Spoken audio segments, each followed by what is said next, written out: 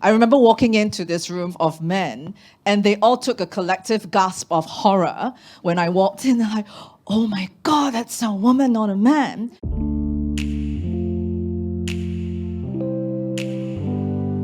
I was in London in the 90s in the dealing room. And I also spent some time in New York in the 90s in the dealing room.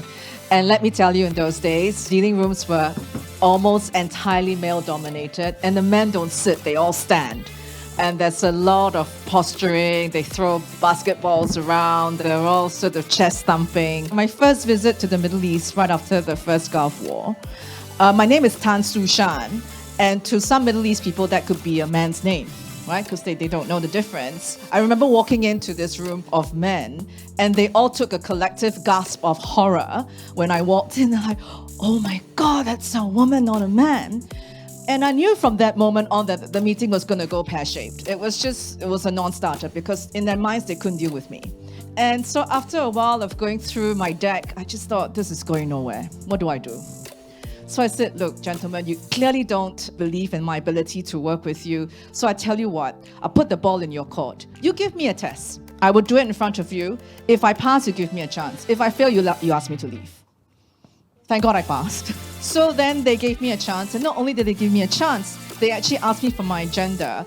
The head guy took my agenda and called everybody else in the next few meetings that I had, all men, to tell them I was okay to give me a chance.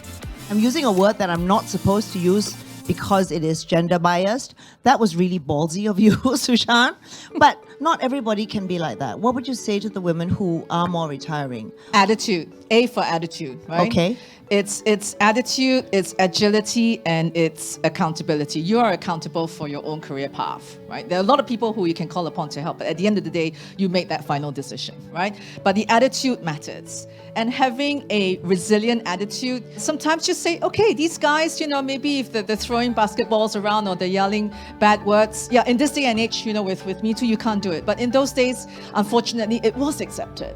And you just have an attitude, so if they throw something at you, throw it back. Throw it back with gusto. Don't go to the bathroom to cry. Take it in your stride and kind of see it from their perspective. If their perspective is they don't know how to deal with a woman, then make them feel that it's okay, that actually you know as much as they do.